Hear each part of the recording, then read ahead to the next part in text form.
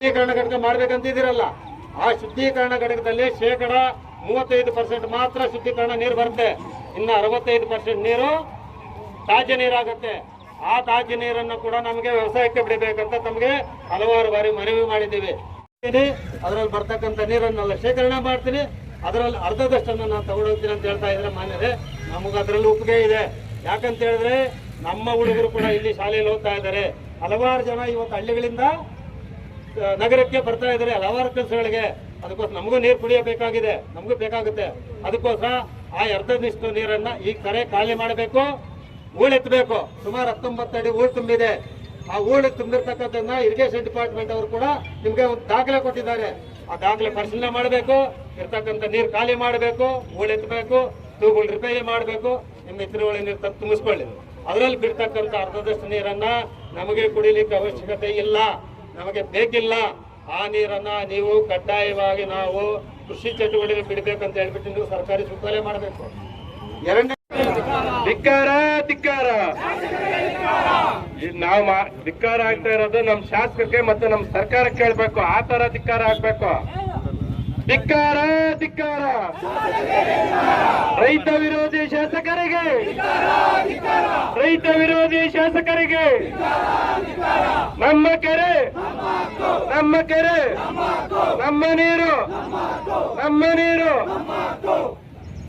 ಏನಿವತ್ತು ಹಾಕ್ಬೇಕಂತಿದ್ರಲ್ಲ, ಈ ಹಾಕ್ಬೇಕಾಗಿರ್ತಕ್ಕಂಥ ನೀರು ತರಬೇಕಂತ ಆಗಿರ್ತಕ್ಕಂಥ ಪೈಪ್ ಲೈನ್, ಎತ್ತಿನ ಒಳೆ ಪೈಪ್ ಲೈನ್ ಹಾಕಿದ ನಂತರನೇ ಹಾಕಬೇಕಾಗತ್ತೆ. ಇಲ್ಲವಾದಲ್ಲಿ ಉಗ್ರವಾದಂತಹ ಹೋರಾಟ ಮಾಡ್ತಾ ಇವೆ, ಸಾವು ನೋವುಗಳು ಸಂಭವಿಸ್ತವೆ, ಹಲವಾರು ತೊಂದರೆಗಳು ಬರ್ತವೆ. ಎಲ್ಲಕ್ಕೂ ಶಾಸಕರೇ ಹೊಣೆಗಾರರಾಗ್ತೀರಾ ನೀವು. ಇವತ್ತು ನಾನು ಘಂಟಾಘೋಷವಾಗಿ ಹೇಳ್ತಾ ಇದ್ದೀನಿ, ಇದಕ್ಕೆಲ್ಲ ನೀವೇ ಹೊಣೆಗಾರರಾಗ್ತೀರಾ. ಈ ಸಾಧಕ ಬಾಧಕಗಳನ್ನು ನೀವು ಚರ್ಚೆ ಮಾಡಬೇಕಾಗಿತ್ತು. ನೀವೇನು ನಿಮ್ ಕೆಲಸ ಆಗಬೇಕು, ಅಲ್ಲಿ ಬಂದಿರತಕ್ಕಂಥ 64 ಕೋಟಿ ದುಡ್ಡು ವೇಸ್ಟ್ ಆಗಬೇಕು. ಏನ್ ಸ್ವಾಮಿ, 25 ವರ್ಷಗಳಿಂದ ಕೇವಲ 312 ಕೋಟಿಗೆ ಆಗಿರ್ತಕ್ಕಂಥ ಎತ್ತಿರೋಳನೆ ಪ್ರಾಜೆಕ್ಟ್ ಇವತ್ತು 28,000 ಕೋಟಿ ಆಗಿದೆ. ಯಾರಪ್ಪನ ದುಡ್ಡದು? ಯಾರಪ್ಪನ ದುಡ್ಡದು? ರೈತರ ದುಡ್ಡದು. ರೈತರು ಕಷ್ಟಪಟ್ಟು ಹೊಟ್ಟೆ ಇಟ್ಟು ಕಂದಾಯ ಕಟ್ಟಿರ್ತಕ್ಕಂಥ ದುಡ್ಡನ್ನ ನೀವು ಹಲವಾರು ಸರ್ಕಾರಗಳು, ನೀವು ಶ್ರೀಮಂತರು ಧಾಮಂತರು ಎಲ್ಲ ಸೇರಿ ಅಲ್ಲಿ ಹಾಕೋದು ಬಂಡವಾಳ. ಚುನಾವಣೆ ಸಂದರ್ಭದಲ್ಲಿ ನಮ್ಮ ಹೊಟ್ಟೆಗೆ ಹಾಕೋದು. ಏನ್ರಿ ಕೊಡ್ತೀರಾ ನೀವು? ಕೊಡೋದು, ಗೆಲ್ಲೋದು, ನಿಮ್ ಕೆಲಸಗಳು ನೀವು ಮಾಡ್ಕೊಳ್ಳೋದು. ಅದಕ್ಕೋಸ್ಕರ ಈ ಒಂದು ಕೆರೆಯಲ್ಲಿ ನೀರನ್ನು ಕಾಪಾಡ್ಕೊಂಡು ಬಂದಿದ್ದೀವಿ. ಆ ಕೆರೆಯ ಮೂಲ ಗೊತ್ತಿದೆಯಾ ನಿಮ್ಗೆ? ಆ ಕೆರೆಯ ಮೂಲ ಏನು ಗೊತ್ತಿದೆಯಾ ನಿಮ್ಗೆ? ಏನು ಗೊತ್ತಿಲ್ಲ ನಿಮ್ಗೆ. ನಾವು ಸುಮಾರು ಬಾರಿ, ಹಲವಾರು ಸಾರಿ ನಮ್ಮ ಪೂರ್ವಿಕರು, ನಮ್ಮ ಹಿರಿಯರು, ನಮ್ಮ ಮುಖಂಡರು ನಮ್ಮ ಕೆರೆ ಕಟ್ಟಿದಂತ ಸಂದರ್ಭದಲ್ಲಿ, ನಮ್ಮ ಕೆರೆಗೆ ಅಡ್ಡಲಾಗಿ ಗುಡಬಂಡೆ ಕೆರೆ ಕಟ್ಟಿದಂತ ಸಂದರ್ಭದಲ್ಲಿ ಆಗಿನ ಮೈಸೂರು ಮಹಾರಾಜರು 1932ರಲ್ಲಿ ಒಂದು ಆದೇಶ ಹೊರಡಿಸಿದ್ದಾರೆ. ಅಮಾನಿ ಕೆರೆ ಅಂದ್ರೆ ಏನ್ರಿ? ಅಮಾನಿ ಕೆರೆ ಅಂದ್ರೆ ಯಾವುದೇ ಸುಂಕರಹಿತ, ಯಾವುದೇ ಒಂದು ರೈತರಿಗೆ ಸುಂಕವನ್ನ ಕೊಡದೆ, ವಸೂಲಿ ಮಾಡದೆ, ವ್ಯವಸಾಯಕ್ಕೆ, ಕೇವಲ ವ್ಯವಸಾಯ ಮಾಡಲಿಕ್ಕೆ, ಅಲ್ಲಿರ್ತಕ್ಕಂಥ ರೈತರ ಜೀವನ ಮಾಡಲಿಕ್ಕೆ ಅನುಕೂಲ ಆಗ್ಲಿ ಅಂತ ಹೇಳ್ಬಿಟ್ಟು ಸುಂಕರಹಿತವಾಗಿ ವ್ಯವಸಾಯ ಮಾಡ್ಲಿಕ್ಕೆ ಕಟ್ಟಿರ್ತಕ್ಕಂಥ ಕೆರೆ ಅದು. ಆ ಕೆರೆಗೆ ಗುಡಬಂಡೆ ಕೆರೆ ಅಡ್ಡಲಾಗಿ ಕಟ್ಟಿದ್ರು. ಅವಾಗ ಅಡ್ಡಲಾಗಿ ಕಟ್ಟಿದಂತ ಸಂದರ್ಭದಲ್ಲಿ ಅಕ್ಟೋಬರ್ ತಿಂಗಳ 2ನೇ ತಾರೀಕು ಒಳಗಡೆ ಕೆರೆ ಕೋಳಿ ಹರಿದ್ರೆ ಗುಡಬಂಡೆ ಕೆರೆ ಆ ನೀರನ್ನ ಬಿಡಬೇಕು ಅಂತ ಒಂದು ಆದೇಶ ಹಾಕಿದ್ದಾರೆ. ಆಗ ಆ ಆದೇಶ ಕೂಡ ನಿಮ್ಗೆ ಕೊಟ್ಟಿದ್ದೀವಿ, ಅದು ಕೂಡ ನೀವು ಪರಿಗಣನೆ ತಗೊಂಡಿಲ್ಲ. ಅಲ್ಲೇನಾಯ್ತು ಅಂದ್ರೆ ದೊಡ್ಡ ಹೋರಾಟ ಮಾಡ್ಬೇಕಾಗುತ್ತೆ ನಾವು. ಅಲ್ಲಿರ್ತಕ್ಕಂಥ ಹಂಸಂದ್ರ, ಕಡಪಲ್ಲಿ, ತಿರುಮಣಿ, ಇನ್ನೊಂದು ಮತ್ತೊಂದು ಆ ರೈತರೆಲ್ಲ ಬರ್ತಾರೆ. ಊಟ ಇಲ್ಲದೆ, ಅನ್ನ ಇಲ್ಲದೆ ರಸ್ತೆಯಲ್ಲಿ ಮಲಗಿ ನಾವು ನೀರು ತಂದು ನಮ್ ಕೆರೆ ತುಂಬಿಸ್ಕೊಂಡಿದ್ದೀವಿ. ನಿಮ್ಗೆ ಹೊಟ್ಟೆ ಊರಿ, ನಿಮ್ಗೆ ಉಳಿದಂತ ಕೆರೆಗಳಲ್ಲಿ ಹಾಕಿಲ್ಲ ನೀರು. ಉಳಿದಂತ ಕೆರೆಗಳಲ್ಲಿ ಗೌರಿಬಿದರಲ್ಲಿ 198 ಕೆರೆ ಇದೆ. 198 ಕೆರೆಯಲ್ಲಿ ಯಾಕೆ ನೀರಿಲ್ಲ? ನಮ್ಮ ಪ್ರಶ್ನೆ ಮಾನ್ಯ ಶಾಸಕರಿಗೆ. ನಮ್ಮ ಕೆರೆಯಲ್ಲಿ ಹಾಕಿದ ನೀರಂದ್ರೆ ನಾವು ಉಳಿಸ್ಕೊಂಡಿದ್ದೀವಿ. ನಮ್ದು ಅಂತರ್ಜಲ ಮಟ್ಟ ವೃದ್ಧಿ ಆಗಬೇಕು, ನಮ್ಮ ಬೋರೆಲ್ಲ ರೀಚಾರ್ಜ್ ಆಗಬೇಕು, ನಮ್ಮ ಬಾವಿಗಳ ನೀರು ಬೇಕು, ನಾವು ವ್ಯವಸಾಯ ಮಾಡಬೇಕು. ಆ ಉದ್ದೇಶಕ್ಕೆ ನೀರು ಇಟ್ಕೊಂಡಿದ್ರೆ, ನಿಮ್ಮ ಉದ್ದೇಶ ಏನಂದ್ರೆ ಕಷ್ಟಪಟ್ಟು ಬಂಡವಾಳ ಹಾಕೊಂಡಿದ್ರೆ ಬಂಡವಾಳ ಹಂಚಬೇಕು. ನಿಮ್ಮ ಈ ವರ್ತನೆ ದುಂಡಾವರ್ತನೆ ನಿಮ್ಮದು. ನಿನ್ನ ಒಂದು ಉದ್ದೇಶ ನಮ್ಗೆ ಪೂರ್ತ ಗೊತ್ತಾಗಿದೆ. ಅಲ್ಲಿರ್ತಕ್ಕಂಥ ವ್ಯವಸಾಯ ಭೂಮಿ ಬರಡು ಭೂಮಿ ಆಗಬೇಕು. ನಿಮ್ಮ ಒಂದು ಬಿಸ್ನೆಸ್ ಇದೆ, ನಿಮ್ಮ ರಾಜ್ಯದಾದ್ಯಂತ ಒಂದು ಬಿಸ್ನೆಸ್ ಇದೆ, ಸೋಲಾರ್ ಪ್ಲಾಂಟ್ಗಳನ್ನು ಅಳವಡಿಸ್ಕೋಬೇಕು. ಇವತ್ತು ಇವತ್ತು ಕೆರೆಯಲ್ಲಿರ್ತಕ್ಕಂಥ ನೀರನ್ನು ಖಾಲಿ ಮಾಡಿದ್ರೆ ಕೆರೆ ನೀರು ತುಂಬಲ್ಲ, ರೈತರು ವ್ಯವಸಾಯ ಮಾಡಲ್ಲ. ಹೊಟ್ಟೆಪಾಡಿಗೆ ಏನಿದ್ದಾರೆ ಕಳೆದ 5 ವರ್ಷದಿಂದ ಗೌರಿತ್ನೂರಿಗೆ ಬಂದಾಗ ಬಿಸ್ನೆಸ್ಗೆ ಅಂತ ಬಂದಂತವ್ರು, ನಮ್ಮ ಕಚ್ಚಸುಖ ನಡಕ್ ಬಂದಂತವ್ರಲ್ಲ. ಅವರು ಬಿಸ್ನೆಸ್ಗೆ ಅಂತ ಬಂದಂತವ್ರು ರಾಜಕೀಯಕ್ಕೆ ಬಂದು ದುಡ್ಡಿನ ಸುರಿಮಳೆ ಹಚ್ಚಿ ಇವತ್ತು ಗೆದ್ದವ್ರೆ. ಜನರ ಆಶೀರ್ವಾದ ಅವ್ರಿಗಿದೆ, ಅವ್ರು ಗೆದ್ದವ್ರೆ, ಸಂತೋಷ. ಇದೇ ನಗರಗೆರೆ ಹೋಬಳಿಯ ಜನರು 5,000 ಮತ ಲೀಡ್ ಕೊಟ್ಟವ್ರೆ. ಅವ್ರು ಯಾವಾಗಲೂ ಒಂದೇ ಪ್ರಸ್ತಾಪ ಮಾಡ್ತಾರೆ, 2 ಕಣ್ಣಿದ್ದಂಗೆ ನಂಗೆ ನಗರದವರು ನಗರಗೆರೆ ಹೋಬಳಿಯವರು ಅಂತ. ಒಂದು ಕಣ್ಣು ಚುಚ್ಕೊಂಡ್ಬಿಟ್ಟಿದ್ದಾರೆ ಪಾಪ ಶಾಸಕರು, ಚುಚ್ಕೊಂಡ್ಬಿಟ್ಟಿದ್ದಾರೆ. ಯಾಕಂದ್ರೆ ಅಲ್ಲಿರೋ 60,000 ಜನನ್ನ ಅವ್ರು ಕೇರೇ ಮಾಡ್ತಾ ಇಲ್ಲ. ಕಳೆದ 1 ವರ್ಷ 4 ತಿಂಗಳಿಂದ ನಮ್ಮ ಗೋಳು ಹೇಳ್ತಾನೆ ಇದೀವಿ, ಅವ್ರ ಕಿವಿಗೂ ಹಾಕೊಂತ ಇಲ್ಲ. ನಮ್ಮ ಇವಾಗ ವಾರದೋಸಳಿಗೆ ಬಂದಿದ್ರು, ಇದನ್ನ ಈ ವಿಚಾರವಾಗಿ ಮಾತಾಡ್ತೀವಿ ಅಂತ. ಇವಾಗ ವಾರದೋಸಳಿ ಎಲ್ಲಾ ರೈತರು ಇದ್ದೀರಾ, ಏನಾದ್ರೂ ಒಂದು ವಿಚಾರ ನಾವ್ ಹೇಳೋದನ್ನ ಕೇಳಿದ್ರೇನಪ್ಪ? ಶಾಸಕರು ಕೇಳಿದ್ರ? ನಾವ್ ಹೇಳೋದನ್ನ 1 ನಿಮಿಷ ಕೇಳಕ್ ಪುರ್ಸೋತಿದ್ದ? ಅವ್ರ ಹಿಂದೆ ಇದ್ರಲ್ಲ, ಹಿಂಬಾಲಕರು ಇದ್ರಲ್ಲ, ಅವ್ರು ಏನ್ ಹೇಳಿದ್ರು ತಗೊಂಡು ಅಲ್ಲಿಂದ ಹೊರಟೋದ್ರು. ಅಷ್ಟೇ ತಾನೇ ಆಗಿದ್ದು.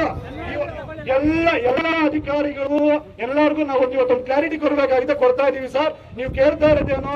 ನಮ್ಮ ಜಿಲ್ಲಾಧಿಕಾರಿಗಳು ಕೇಳುವ, ಯಾಕಪ್ಪ ನೀವು ಅಡ್ಡಪಡಿಸ್ತಾ ಇದ್ರ ಈ ಕಾರ್ಯಕ್ರಮಕ್ಕೆ ಅಂತ ನಾನು ಹೇಳ್ತಾ ಇದ್ದೀನಿ ಸರ್. ಈ ಪೈಪ್ ಲೈನ್ ಮೇಲೆ ಇಂಟ್ರೆಸ್ಟ್ ಎತ್ತಿನೋಡೆ ಪೈಪ್ ಲೈನ್ ಮೇಲೆ ಇದ್ದಿದ್ರೆ ನಮಗೆ ಯಾವುದೇ ಆತಂಕ ಇರ್ತಾ ಇರ್ಲಿಲ್ಲ, ನಮಗೆ ಯಾವುದೇ ತೊಂದರೆ ಇಲ್ಲ.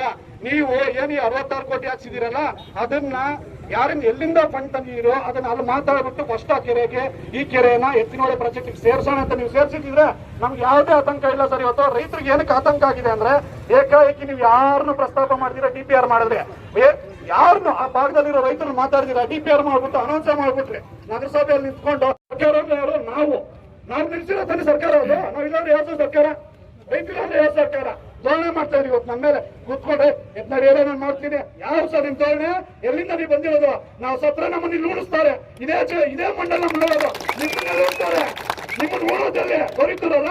ಕೊಡ್ರಿ ಮಾತು ಕೊಡ್ರಿ, ನಮ್ ಸತ್ರನ ಶವ ಇಲ್ಲಿ ಇದ್ ಮಾಡ್ತಾರೆ ಅನ್ಕೊಂಡ್ರೆ ನಾನು ಹೇಳ್ತಾ ಇದ್ದೀನಿ ಸರ್. ಇವತ್ತು ನಾನ್ ಸತ್ತಾಗ ನನ್ನ ಮಕ್ಕಳು, ನಮ್ಮ ಅಣ್ಣ ತಮ್ಮರು ಯಾರು ಈ ರೈತ ಬಾಂಧವರು ನನ್ನ ಇಲ್ಲೇ ಉಂಟಾರೆ, ನಿಮ್ಮನ್ನ ನೋಡಲ್ಲ. ನೀವು ಆಚೆ ಅವರು, ನಮ್ಮ ಕಷ್ಟ ನಿಮ್ಗೆ ಕೇಳಿಸ್ತಾ ಇಲ್ಲ. ಯಾಕಂದ್ರೆ ಈ 68 ಕೋಟಿ ಏನಿದೆ ನಿಮ್ಮ ವೈಯಕ್ತಿಕ ನಿಮ್ಮ ಹಣಕಾಸಿನ ವಿಚಾರದಲ್ಲಿ ಕೊಟ್ಟಿರುವಂತ ಪ್ರಾಜೆಕ್ಟ್. ನೀವೇನು ದುಡ್ಡು ತಗೋಬೇಕು, ಕಾಂಟ್ರಾಕ್ಟರ್ ಕೆಲಸ ಮಾಡ್ಕೊಡ್ಬೇಕು, ದುಡ್ಡು ಎತ್ಕೋಬೇಕು, ನೀವು ಖರ್ಚು ಮಾಡಿರೋದು ಸೇವ್ ಮಾಡ್ಬೇಕು. ಇಷ್ಟರಲ್ಲೇ ಇದ್ದೀರಾ ಶಾಸಕರೇ? ಯಾರಿಗೂ ನಿಮ್ಗೆ ಗೊತ್ತಾಗ್ತಾ ಇಲ್ಲ ನಗರಗೆರೆ ಹೋಬಳಿ ಜನಕ್ಕೆ ನೀವು ಎಷ್ಟು ಹೊಟ್ಟೆ ಹೊಡಿತಾ ಇದ್ದೀರಾ ಅನ್ನೋದು. ನೀವ್ ಏನ್ ಹಿಂಬಾಲಕರು ಇಟ್ಕೊಂಡಿದ್ದೀರಲ್ಲ ಹಿಂದೆ, ಅಣ್ಣ ಎಲ್ಲ ನಿಮ್ದೆ. ಹೋಬಳಿ ಬರ್ಕೊಟ್ಬಿಟ್ಟಿದೀವಿ ನಿಮ್ಗೆ. ಯಾರ ಅಪ್ಪನಾಸ್ತಿ ಎಲ್ಲ ಬರ್ಕೊಳಕ್ಕೆ, ಯಾರ ಅಪ್ಪನಾಸ್ತಿ ಎಲ್ಲ ನಗರಗೆರೆ ಹೋಬಳಿ ಬರ್ಕೊಳಕ್ಕೆ. ನಮ್ಮದು, ನಮ್ಮ ರೈತರದು ಅಲ್ಲಿರೋ ಪ್ರತಿ 1 ಎಕರೆಗೂ ನಾವು ಸರ್ ಜಮೀನ್ದಾರರು 1 ಎಕರೆ, ಅರ್ಧ ಎಕರೆ, 1/4 ಎಕರೆ, 10 ಎಕರೆ, 20 ಎಕರೆ ಅವ್ರಿದ್ದೀವಿ. ಎಲ್ಲ ರೈತರು ಇವತ್ತು ಸೇರಿದೀವಿ. ಇನ್ನೊಂದು ಸಲ ನಗರಗೆರೆ ಹೋಬಳಿಗೆ ಓಟ್ ಕೇಳಕ್ ನೀವು ಬರಬೇಕು ಅಂದ್ರೆ ಮುಟ್ಟು ನೋಡ್ಕೊಳ್ಳೋ ಅಂತ ವ್ಯವಸ್ಥೆ ಅಂತೂ ಈ ರೈತರು ಮಾಡೇ ಮಾಡ್ತೀವಿ. ಇವತ್ತಿಷ್ಟು ಜನರ ಮುಂದೆ ನಾನು ಹೇಳ್ತಾ ಇದ್ದೀನಿ ಸರ್, ನೀವು ಮಾಡ್ತಾ ಇರೋ ಕೆಲಸ ನಗರದಲ್ಲಿರುವಂತ ಜನಕ್ಕೆ ನಮ್ಗೆ ಕಿಚ್ಚಿಡ್ತಾ ಇದ್ದೀರಾ. ನಾವು ಹೊಡ್ಕೊಳ್ಳೋ ಅಂತ ಕೆಲಸ ಮಾಡ್ತಾ ಇದ್ದೀರಾ. ಕುತ್ಕೊಂಡು ನೀವು ಬಂದವ್ರು ಮಾತಾಡಿದ್ರೆ ಹಿಂಗ್ ಅಂತ ನೀರ್ ಕಮ್ಮಿ ಆಗಿದೆ, ಅವ್ರಿಗೊಂದು ವ್ಯವಸ್ಥೆ ಮಾಡೋಣ, ನಿಮ್ಗೆ ಹಿಂಗ್ ವ್ಯವಸ್ಥೆ ಮಾಡ್ತಾ ಇದ್ದೀನಿ ನೀವ್ ಹೇಳಿದಿದ್ರೆ ನಮ್ಗೆ ಯಾವುದೇ ಆತಂಕ ಇರ್ತಾ ಇರಲಿಲ್ಲ. ನಿಮ್ಮಷ್ಟು ನೀವು ಸರ್ವಾಧಿಕಾರಿಯಾಗಿದ್ದೀರಾ. ನೀವು ಜನರು ಕೊಟ್ಟಿರೋ ಮತದಿಂದ ಗೆದ್ದಂತವ್ರು, ನೀವು ಸರ್ವಾಧಿಕಾರ ಯಾವ ಮಟ್ಟಕ್ಕೆ ನೀವು ತೋರಿಸ್ತಾ ಇದ್ದೀರಾ ಅಂದ್ರೆ, ಏನ್ ರೈತರನ್ನ ಹತ್ರಕ್ಕೆ ಹೋಗಕ್ಕೂ ಇಲ್ಲ. ಆ ಮಟ್ಟ ಕೊರೋನಾ ಟೈಮಲ್ಲಿ ದೂರ ಇರ್ತಾ ಇದ್ದಲ್ಲ, ಆ ತರ ಇವತ್ತು ನೀವು ನಮ್ಮನ್ನ ನೋಡ್ತಾ ಇರೋದು. ಯಾರಿಂದ ನಾವಲ್ಲ ಸರ್, ನಮ್ಮಿಂದ ನೀವು ಮಾತಾಡಿದ್ರೆ ಒಂದ್ ಮಾತಾಡ್ತಾರೆ. ಕುಡಿಯೋ ನೀರು ಫಸ್ಟ್ ಪ್ರಾಮುಖ್ಯತೆ, ಕುಡಿಯೋ ನೀರಿಗೆ ಅಂತ ಹೇಳ್ತಾರೆ ಸರ್. ಎಷ್ಟು ದಿನ ಕುಡ್ಕೊಂಡಿರ್ತೀರಾ ನೀವು? ಎಷ್ಟು ದಿನ ಕುಡಿತೀರಾ? ನಾವು ಬೆಳೆದು ಪ್ರತಿದಿನ ನಾವು ಅಕ್ಕಿ